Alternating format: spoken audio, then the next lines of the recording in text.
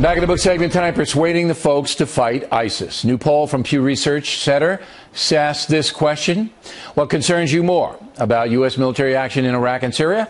That the U.S. will go too far in getting involved or not go far enough. The nation is split. 41% say we will go too far, 41% not far enough.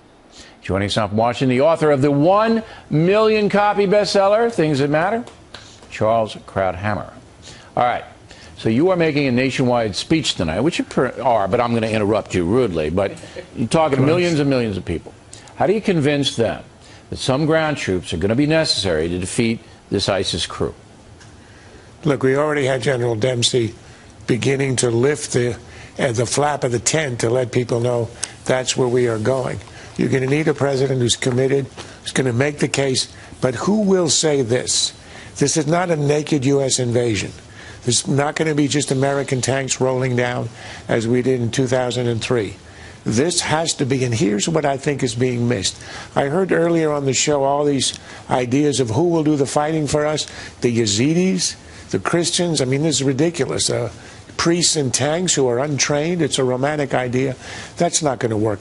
The people who can do the fighting, who could augment and help us, or we could help them actually, are going to be the Kurds, but only in their area, some of the elite Shiite militias. But the most important element, the one that wasn't mentioned on the show at all, and has to be, is going to be the Anbar Sunni tribesmen. This is not as if this is a new script. The script was written by David Petraeus in 2008 and 2007. That is the only way this is going to work. You're going to have the Sunni tribes flip a third time. They supported Al-Qaeda in Iraq at the beginning of the war. Then they flipped. Petraeus did that during the surge, supported by American troops.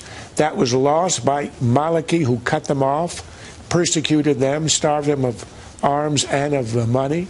And what we have to do now is to win them back. If we win them back, you can expel ISIS from Iraq. We may have to have our people on the ground with them. It's not clear how many. If you don't have the Anbar tribes who know how to fight and would fight, then we can win.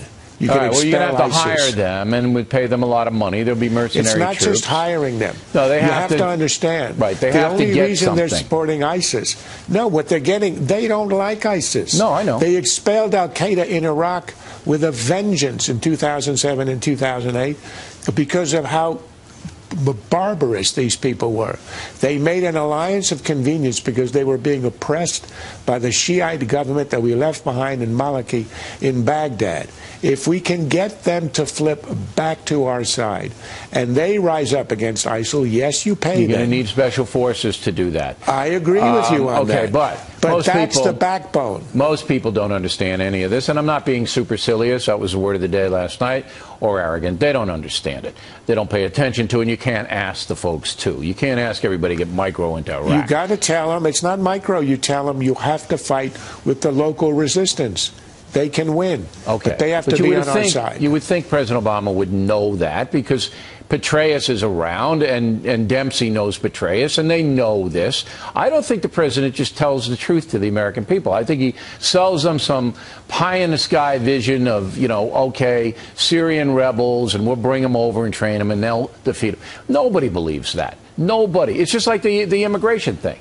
That oh yeah, we're going to get immigration courts and get these people back. Come on, you're not going to do any of that.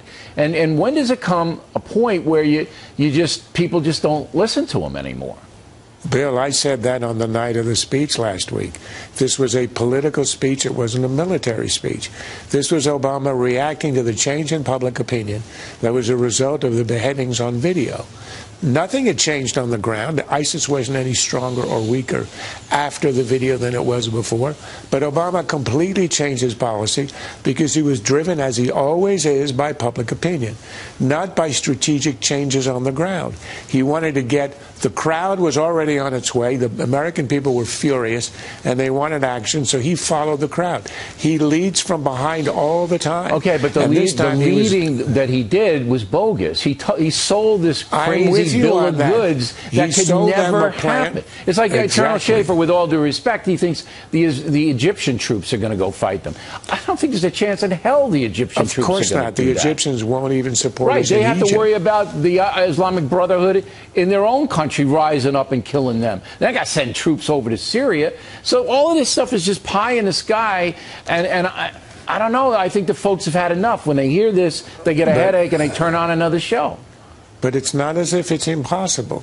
You get a president who explains we're going to try to do what we did with the successful surge in 2007 and 8 to flip the people on the ground who have accepted ISIS but who want to reject them if only we will support them, and offer them a place in Iraq that they were denied.